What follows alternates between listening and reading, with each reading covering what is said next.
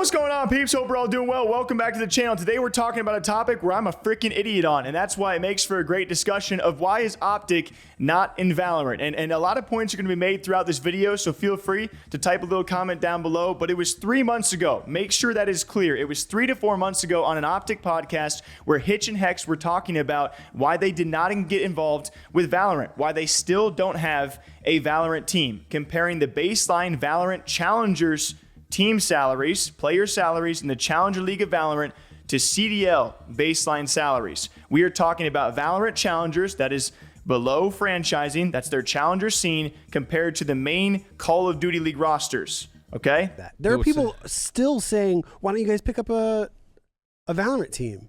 And I love Valorant, and I'm sad we didn't get into the league. But again, you know how much those players are getting? The players are getting paid to play in the what's the league? It's not challengers. The main league. Yeah, no, the B league. Not the main league. Yeah.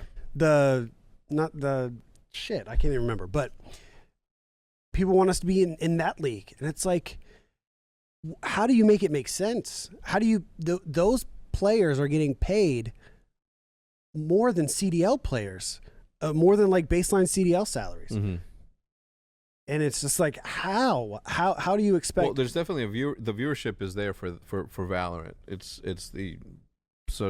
But still, it just not doesn't make sense. Yeah, the viewership is there, but the viewership was always there for Counter-Strike too, and it didn't make sense there. I just feel like just because shit has a lot of views doesn't mean it has a lot of value. Yeah, like I think even where content's going in a sense is the same way. Like you'll see TikToks or Instagram Reels or YouTube Shorts with a gazillion views, but I can't name the creator who's making it. So like, how much value does it actually have? These people aren't getting insane amounts of sponsorship deals because, you know, if I make a funny TikTok and it gets 100 million views, and the next TikTok I make is a sponsor deal and it's for Great Value Water, and 3 people buy a bottle of water, like there's no value there because it just doesn't have any substance. I don't know. That's but there's also like the brand recognition and like we sponsored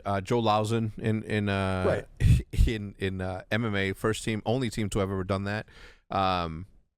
Just ahead of our game, you know what I mean? Like, but that's like cool shit. Yeah. But then what was our return there? And a lot of people going back and forth on Twitter because when it comes to this, you know, we don't know the finites, the exact details of what he meant when he said the baseline salaries of Valorant Challenger players versus the baseline salaries of CDL players. Does he mean the league minimums of the salaries you must pay these players, or does he mean the average salaries that some of these players are asking for? Because it's no question about it, some of the Valorant players and a lot of their salaries are still up there and on the come down because it's still a tier 1 esport, has the most hype around it, I would say, of many esports out there. You compare it to League of Legends and CSGO and still the top esports in the game, and salaries certainly are on the come down. We've already seen reports of that. So I don't think it surprises anyone that some of the big name players that OpTic would want for their Valorant Challengers team, if they wanted to sign one, would require some pretty hefty salaries. There are people on Twitter saying, well, you could sign Turtle Troopers, you know, they're definitely affordable, but sometimes these big brands like OpTic, they want to go after the high name players, the high value players that they see return content wise or brand wise,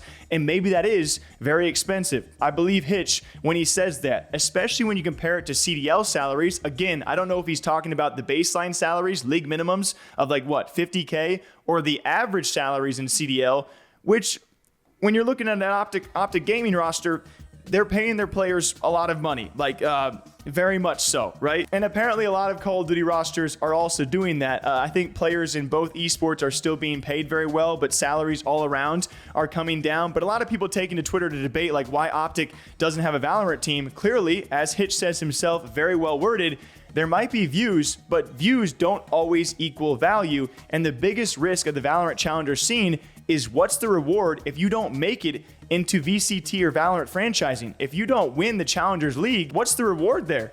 A little bit of marketing that costs you a lot of money versus being in the actual CDL, being in the franchise league with what they're paying their CDL guys, and a large portion of their brand and content and value coming from the Call of Duty scene, they must maintain a pretty good Call of Duty roster. And that is what OpTic is the most well known for. They are the biggest brand by far and away in the Call of Duty space. Plus, you add on the fact of Scump's watch party alone. I mean, they see all the value they have in Call of Duty. They don't see that in Valorant, especially in their challenger scene. Like when the biggest, best outcome is you get franchising for what? A couple of years before you have to drop back down because of the guest slots in the scene. So I think it makes sense, but there are people firing away at the other side. So I'm curious what you guys think about this. Clearly, OpTic has chosen, and many others have chosen, where they see value and where they do not. And it's been a huge discussion. Even a month or so ago, Ludwig and many others were going after the head of Valorant esports, I believe, because the tier 2 scene, it doesn't see too much support or reward. You know, you can pay your salaries and your teams and your players the whole season around, but if you don't win the whole thing, what's the real reward there and the money earned back besides a bit of shout outs on broadcast, you know? So that's clearly where OpTic sees their value, and that's why they're not in Valorant. What do you guys think about this? And hopefully the next thing we see OpTic get back into is CSGO, because that's super affordable.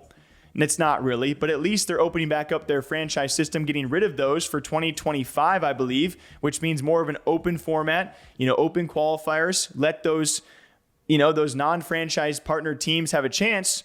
And I got a big CSGO inventory for OpTic Gaming stickers waiting, all right? I need them back. Please, guys. It is doing better than any investment ever made in my life. I realized how sad that is, you know? Till next time, what do you guys think? Okay, bye.